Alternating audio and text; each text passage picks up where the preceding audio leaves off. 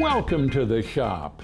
Well, the metal parts are finished and they came out pretty nice. They're pretty much exactly as I expected them to be. And I'll move the camera and show a close-up in a moment after I talk a little bit. The next step is to prepare the metal parts for finishing. And I had a kind of an interesting decision to make on, well, what should I do about finishing aluminum? Because if you don't do anything, it'll oxidize, it'll corrode, and it'll end up looking pretty crappy. So for my production projects, I use anodize. And anodize is great for production work, but for my art projects, I kind of like the look of aluminum, and anodize really changes the way it looks. And also, anodize is a batch process, and it makes no sense to anodize 2 or 3 parts, and I don't have another run of parts ready to anodize. So I started looking into different alternatives. Well, one possible alternative is electroplating. Now, I use aluminum because that's what I make my production stuff out of, and I'm really familiar with it, and I have lots of it laying around, and I'm very familiar with how to machine it, and it's cheap. Electroplating aluminum is rather tricky. I actually bought an electroplating kit, and it contained instructions and chemicals and a procedure for electroplating nickel over aluminum, and I tried it a couple of times, and it was really tricky and really picky, and sometimes worked and sometimes didn't. And even when it did work, it didn't really work perfectly. It was kind of okay if you didn't look too close. Another possibility would have been to make the parts out of brass, but I don't have a good supplier for brass, and brass is insanely expensive. And, well, yeah, I could afford it, but I think that, at least at the moment, I'm more comfortable with less expensive materials. So I found a substance looking around out in the industrial world. I found a kind of a clear protective coating for metal that can be sprayed on with an airbrush, and so far it seems to look pretty good, and I think I kind of like it. So I'm probably, in the next step after sanding the parts, I'm probably going to go over into my crudely improvised airbrush area, because the shop isn't big enough and isn't well equipped enough to have a special area for everything outfitted with the most perfect tools. I kind of got to work with what I have. So anyway, I'm going to move the camera. I'm going to show what the parts look like kind of assembled before finishing. Then I'm going to sand them a little bit. So there's the piece. I'm going to move around a little and see some of the other sides, and that's what it kind of looks like when it's assembled. It's going to go on a rosewood base, and I've got the design already made in the CAM system. Going to make it on the CNC router, but first I'm going to be sanding, because these parts just have the extrusion finish on them right now, and that doesn't look so good. So I'm going to be using my surface plate and a piece of 320 grit wet or dry sandpaper. I realize that some machinists will say, oh no, you shouldn't use sandpaper on a surface plate because the sanding grit can get under the sandpaper, and as you're moving the sandpaper around, it can degrade the surface of the surface plate. Well, I'm careful. I keep the plate clean, and I don't do super critical work. I don't work within tenths, where a tiny bit of degradation of the surface plate is that critical. And it's an El Cheapo surface plate, and it's what I have, and it's what I need to do to get the job done. So going to orient the part in the direction that I want the scratches to go, and then sanding. Lots of sanding. Lots and lots of sanding. And no, I'm not going to show it all. I just want to give a the smallest flavor, the smallest little hint of what is necessary to make a kind of a grained finish on aluminum. So I'm going to turn the camera off, going to sand them all off camera. Then I'm going to set up in my crudely improvised airbrush spray area and spray on the clear coating. So see you later. I'm starting to work on the rosewood base for the sculpture, and in preparation I've cut a piece of rosewood that seems to have a nice grain pattern and glued it to a 3/4 inch MDF support structure, because it'll make it easier to clamp it in the CNC router, cut the perimeter, and cut the engraving on the top. I'm going to be doing a fully engraved top with hopefully a cool design that'll look nice. And when doing engraving is actually done kind of with metalworking numbers. The engraving is going to be 10 thousandths deep, and I know for sure that the board is a little bit warped and it wasn't uniform thickness and it's got a little gouge in it. So I need to make sure that the top surface is flat and looks really nice, and more importantly is parallel, top surface parallel to the bottom surface. And for that I'm going to be using the drum sander. For those who have never seen one, a drum sander is exactly what you would expect it to be. Get some of the particles off here. It's a drum that rotates around. It's got sandpaper wrapped around in a spiral wrap. The sandpaper comes in a roll, and it's, you know, whatever, it's 3 inches wide or something, and it's wrapped on the drum. Then the drum rotates and the belt feeds the workpiece through. It does produce quite a lot of sawdust, and in order to keep the sandpaper from clogging up, it's necessary to have a dust extractor. So I'm going to turn it on. It's going to be kind of loud, but and it's not that horribly interesting. You just stick the wood in, comes out the other end, but for sake of completeness, I'm going to include it.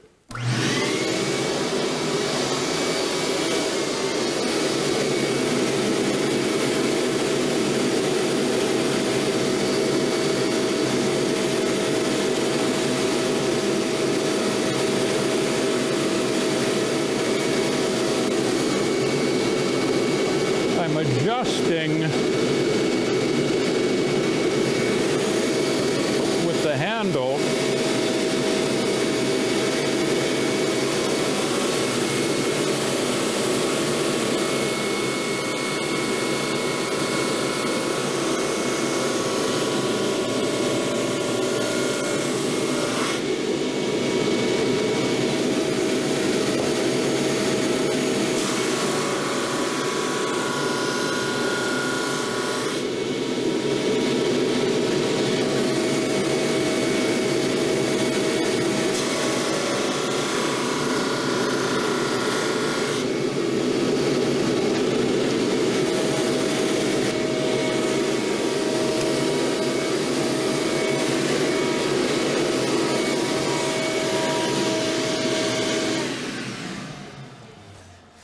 Well, that took a lot more passes than I thought it would. The result's looking pretty good. I had a kind of a dent in the surface and seemed to take longer than I thought to get the dent out, but all is well, parts ready. Time to go on to the next operation. I'm here at the CNC router, and for those who haven't seen this machine before, it's a 4-axis router. I use the 4th axis for making Inquala handles. It has automatic tool change, which makes production go a lot faster. For this one-off, it kind of doesn't matter, but as long as I have it, I'm going to use it anyway. The blank that I made is going to go over here. I've got the 0 point set at the corner of these boards, and then, you know, for those who are interested in how this works, the table has an array of drilled holes, precisely drilled using the CNC router. And then I've got pegs in these wooden guide boards. And then I measure the corner here using the Heimer indicator. So I know where 0 is. What I don't know is what the height of the workpiece is. And since I'm going to be doing engraving on it, I want to know that height fairly precisely. If it was just a cutout from a piece of wood, it wouldn't be as important, but when you're engraving 10/1000ths deep into a surface, you got to know where the surface is fairly accurately. So first step is going to be to use the little fairly crude measuring tool here. This is nowhere near, not even in the parking lot of the ballpark, nowhere near the accuracy of the probe on the Haas machine, but for what it does, it's good enough. Does the job. So I'm going to move the camera, get a little bit better view of the action. I'm going to be probing the Z0. I've already probed the length of all of these tools that are stored in the tool table in the controller. And so once I set the 0 for the first tool, it should be correctly set for all the tools. So I'm going to probe Z0, then remove the probing tool. Because this is the first time that I've run the program, I'm going to take the workpiece out and run the program dry, or cutting air, I should say. I don't know where that expression dry came from. It just popped into my head. So I'm going to just give it a try here with the E-stop button in hand. And just see how close it comes.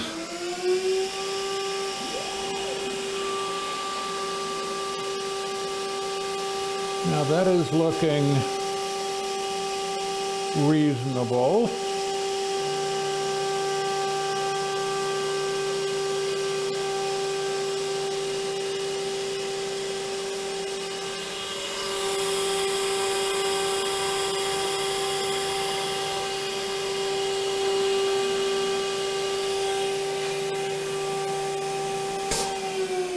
And I'm going to go ahead and check the Z height here, and that's looking reasonable.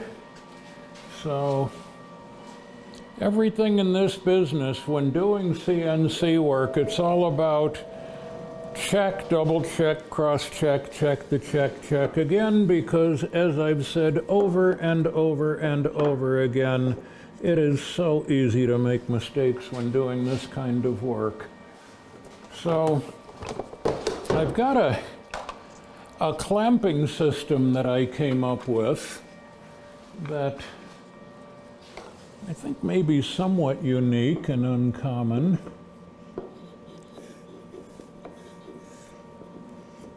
Because I'm using wood, the router bits are kind of expensive, and it's a lot more forgiving. You know, I do this because I can. Obviously, on the CNC mill, it's a metalworking machine cutting metal, and you don't have the option of doing things with wood. But what I do here on my woodworking machine, kind of not really very easy to see what I'm doing here. I'm using these little wedges and kind of, I cut these out of shim stock, which is a material that carpenters use for adjusting openings on things like doors. And just trying to find one that fits here. I kind of jam the shims in between the gap and this board with a pin in it, and then just kind of jam in these tapered shims.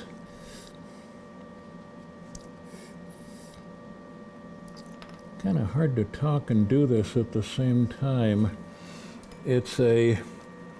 The process works really well. It's a little bit clumsy and a kind of an annoying thing to try to do on camera, but once it all gets set up, it's a very effective clamping method. So the trick is always to find the particular shim, the combination of shims that fits. So there,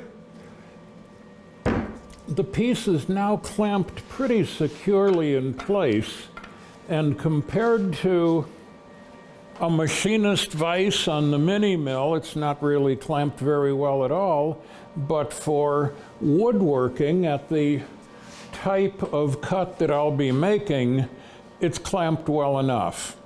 So the first thing I'm going to be doing is doing the perimeter cut before I do the engraving, because the engraving is going to take a while.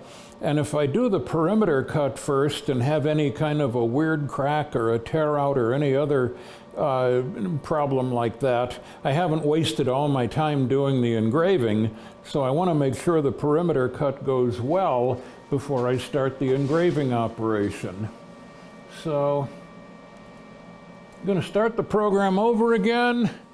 E-stop button in hand,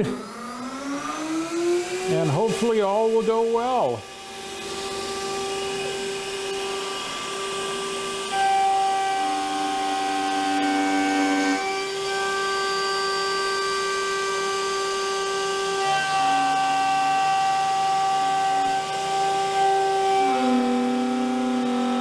Getting a little bit of chatter, a little bit more chatter than I would like.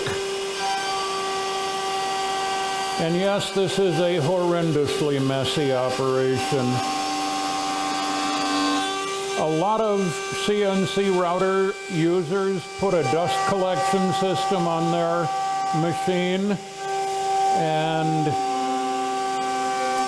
for the work I do, it only works in certain geometries of workpiece and just doesn't work well for all the types of work I do. So, oh boy, there it goes. That glue joint wasn't very good. That one was. Supposedly I had it glued down.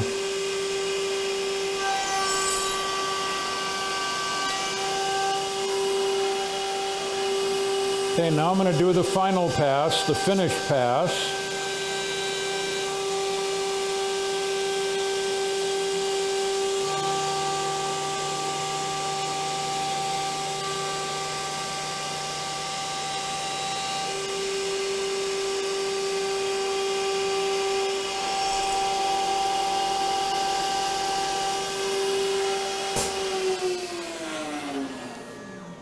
So I turned off the camera to clean up the mess and also to fix another little programming problem.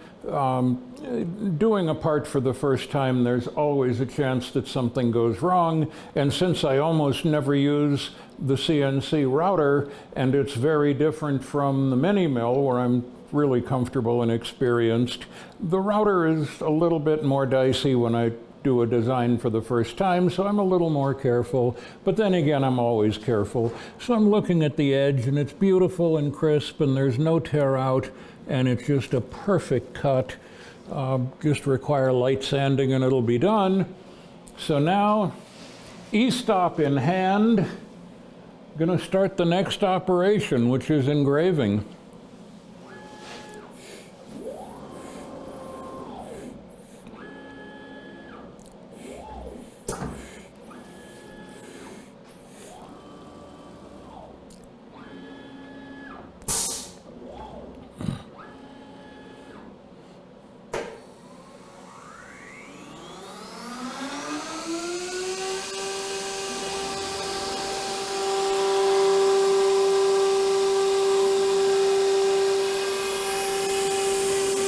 And I'm observing that it's looking good.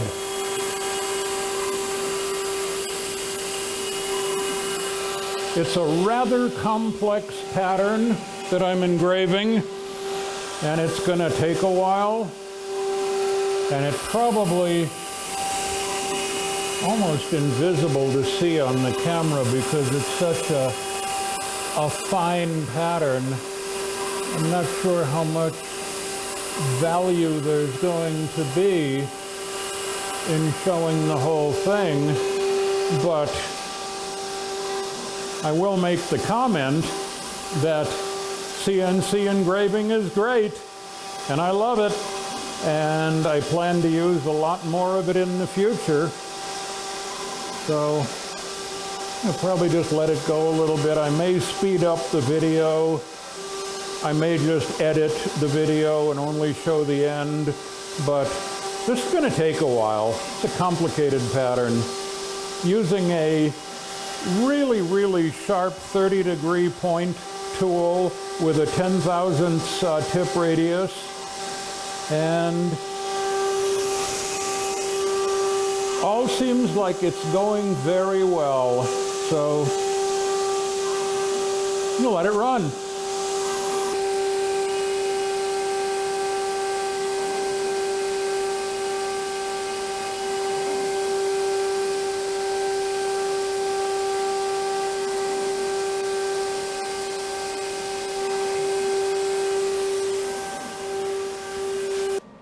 So the pattern is mostly correct, even after all of the effort that I put in to try to get the surface to be accurate.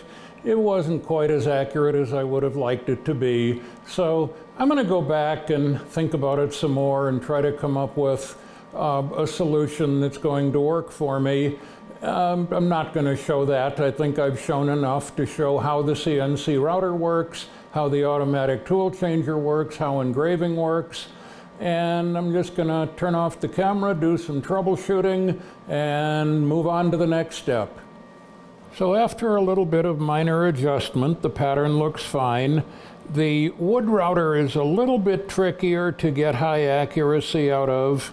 It's a rather large gantry machine, and the parts are all flexible, and even though I try my best to make everything perfect, holding a few thousandths on this machine is somewhere between tricky and impossible. So once again, all looks well. Looks like I got the nice pattern. I got the holes drilled for the aluminum part, and now I'm going to take it over to the bandsaw, cut it off. I'm not going to show that part, and then continue. Well, I got all the parts carefully sanded and washed in acetone using rubber gloves to not leave any finger oils on them. So I think they're ready to go. And I've got an airbrush all hooked up, connected to the regulator, and I'm ready to start putting the protective coating on it. This is, let me read this. Everbright Protecta Clear. That seems to work reasonably well. So the trick in this, because it's a clear material and I'm putting on a very thin coating, I need to have a fairly bright light and just the right angle and be able to hold the little piece and look at it with high-powered magnifying glasses. So nothing about this is easy. Anyway, at least it's not easy at my current skill level because it's the second time I've done it. It'll probably get easier with a little more practice. Also, I don't have a dedicated spray department. I'm here in the combination CNC wood router, CNC lathe, manual lathe, in Koala shipping department, and now somewhat kind of converted into a crude coating area. So I'm going to get going, kind of adjusting all this. I want to be putting on a really, really, really light coat. And that's why I'm using an airbrush and not my more hardcore industrial spray rig that I use for the Inquala handles. Okay. Got the little mounting screw as a handle. Oh yeah.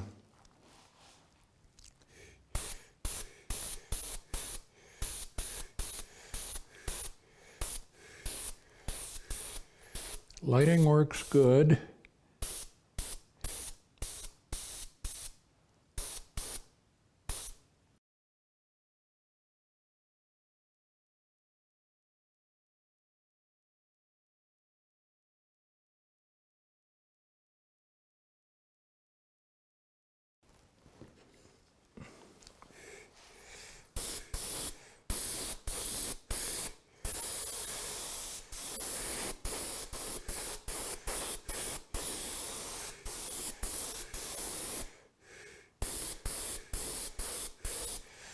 It looks like it's going on very nicely.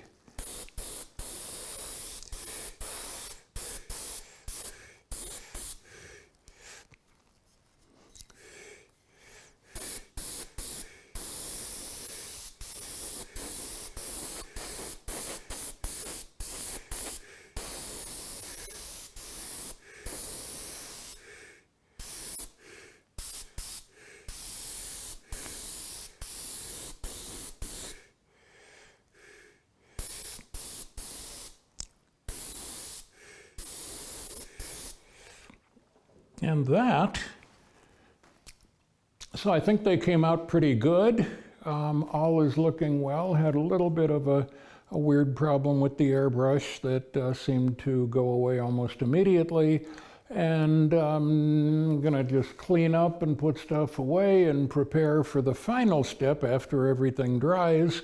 I'm working on the rosewood piece that I machined earlier, and I'm coating that with some Armor Seal wipe-on oil and varnish finish that seems to work really, really well for the rosewood. I don't want a heavy, thick, glossy finish. I just want to protect the wood and it kind of make the grain pop a little bit, and I've had really good luck with Armor Seal. It's kind of like Watco. It's the same kind of oil and varnish mix, but I kind of like Armor Seal a little bit better. So I'm going to turn the camera off, and once again, thanks for watching. It's been fun.